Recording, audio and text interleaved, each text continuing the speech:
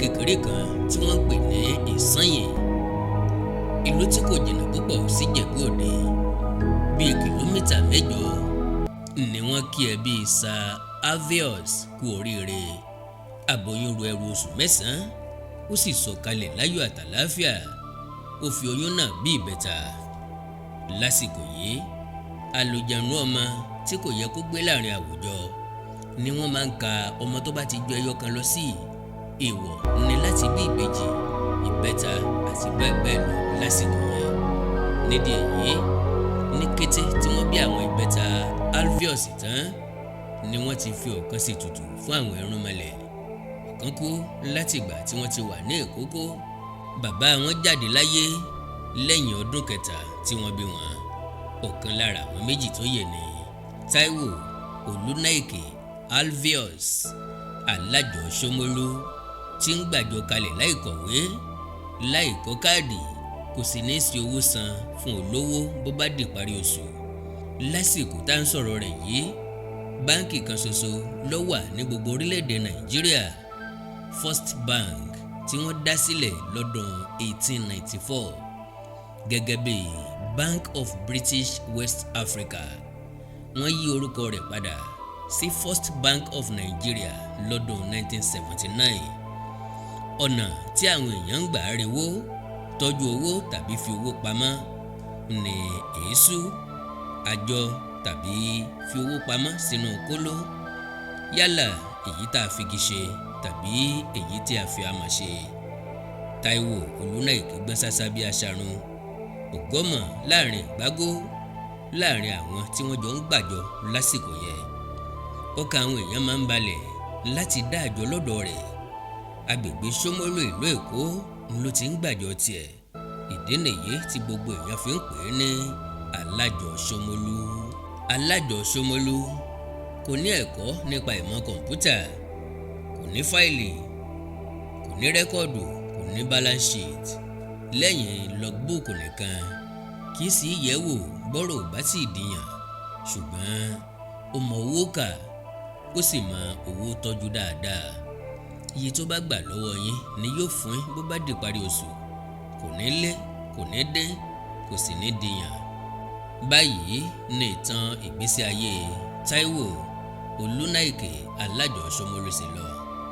Lọ́dún 1927, nígbà tó pé ọmọ ọdún 12 ló wá sílùú Èkó. Ó bẹ̀rẹ̀ ẹ̀kọ́ àkọ́bẹ̀rẹ̀ ní St. John's School, Àrólọ́yà àti Christ Church Cathedral School, níbi tó ti gbàwé ẹ̀rí ìwé mẹ́wàá lọ́dún 1934. Ọdún méjì lẹ́yìn rẹ̀, ìyẹn 1936, ó bẹ̀rẹ̀ ẹ̀kọ́ṣẹ́ télọ̀ lọ́dọ̀ ẹnìkan tí wọ́n ń pè ní Rọ̀káyé, níbi tó ti kọ́ iṣẹ́ aránṣọ fódìdí ọdún 9. Ṣùgbọ́n nígbà tó di 1950, ó tẹ̀lé ọ̀nkù ẹ̀ kan lọ sí orílẹ̀-èdè Cameroon. Níbẹ̀ ló ti kọ́ nípa àjọ gbígbà, èyí tá a lè fi wé microfinance bank lásìkò tá a wà yìí.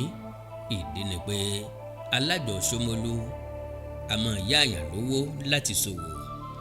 Lẹ́yìn ọdún 4 ní Cameroon, ó padà wálé sí Nàìjíríà lọ́dún 1954. Ìlú Èkó ló dé sí láti wá mú iṣẹ́ àjọ gbígbà ní ọ̀kúnkúndùn ní pẹrẹu. Yàtọ̀ sí pé ALÁJỌ ШOMOLU máa tọ́jú owó yín dáadáa, ó máa ń yá àwọn èèyàn tó ní orúkọ rere tí wọ́n sì ní okòwò gidi lówó gẹ́gẹ́ bí mo yẹ sọ. Lásìkò tí kọ̀ǹpútà, calculator àti memory card ò tí ì dáyé, tàbí ká sọ pé lágbègbè wa, láì wòwe, ALÁJỌ ШOMOLU máa rántí iye tẹ́ ẹ san, déètì tẹ́ ẹ sanwó, àtèyí tẹ́ ò san, àti iye tí owó yín jẹ́ láì wo àkọsílẹ̀ kankan.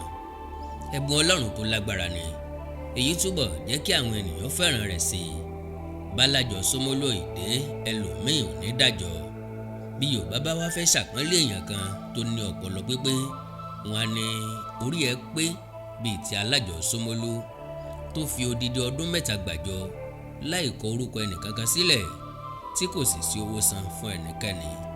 Lóòótọ́, kò sí iṣẹ́ tí kò ní àdójúkọ. Ọ̀pọ̀ ìgbà làwọn kọlọ̀rọ̀ sí èèyàn kan ti dán ALÁJỌ ШOMOLU wò nípa píparọ́ owó tí wọn ò san tàbí pé àwọn san ju iye tó ní àwọn san lọ. Kò pẹ́ púpọ̀ tí wọ́n fi kó ilà kúrò lẹ́kọ̀ọ́ torí pé ẹ̀kọ́ ò kọlà, níbi tí alájọ Ṣómólú yóò ti máa ṣàpèjúwe ibi tí wọ́n wà, ohun tí wọ́n ń ṣe lọ́wọ́ lásìkò kọ̀ọ̀kan tí wọ́n san owó. Kíá ní gbogbo àwọn agbéwìrìkì ọwọ́ ọmọ wọn bọ́ sọ. Wọn á yanú lẹ̀ dẹ̀rẹ̀dẹ̀rẹ̀ nígbà tó bá fa logbook yọ. Wọ́n gbà pé araba lọ̀gá, ẹni abálábà ni bàbá lọ́jọ́kọ́jọ́. Alájọ Ṣómólú dàràbà ní Ṣómólú, òkìkí rẹ̀ sì kàn káàkiri ìlú Èkó.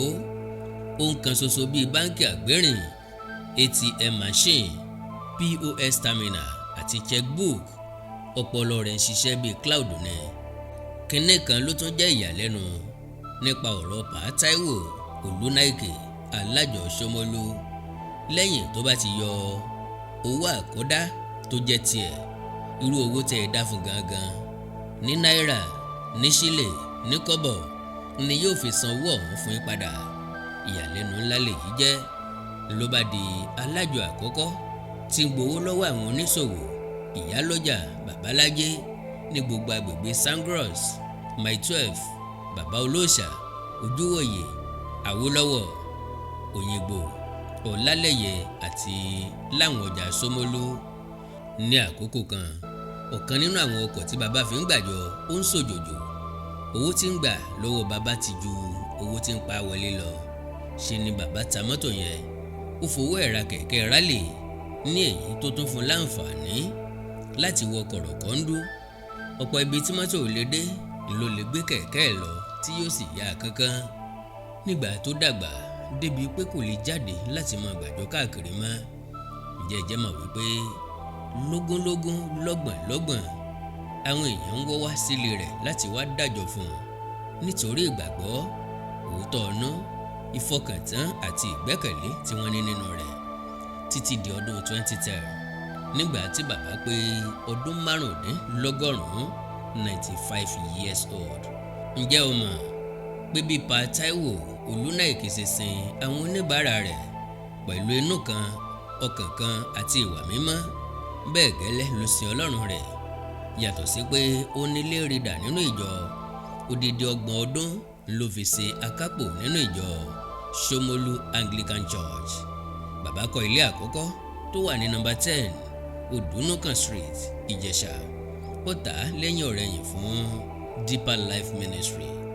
Lẹ́yìn ẹ̀ ló kọ́ ilé míì sí agbègbè Ọlọ́runkẹ́mi Owótútù, Bàrígà, Èkó, níbi tó gbé títí ọlọ́jọ́ fi dé lọ́jọ́ 11 oṣù kẹjọ ọdún 2012 tí wọ́n sì ṣe ìsìnkú ẹ̀ lóṣù kan lẹ́yìn ẹ̀ ní Church of Nigeria Cathedral, Ìsanyìn, Ìjẹ̀bú, ìpínlẹ̀ Ògùn. What a life! Pa TAIWO OLUNAIKE yẹ̀bọ́ lọ́wọ́ ikú òjijì lọ́jọ́ tí wọ́n bí i.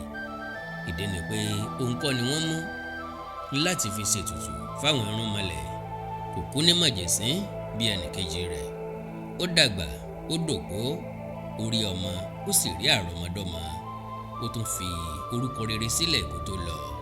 Èmi rò pé irú àwọn èèyàn báwọn yìí ló yẹ kí orílẹ̀-èdè wọn máa fi àmì ẹ̀yẹ national honour dá lọ́lá. Báwo lẹ ṣe rí ìtàn yìí sí? Ẹ̀kọ́ wo lẹ rí kọ́ nínú ẹ̀? Ẹ lè jẹ́ ká mọ̀ ní comment section.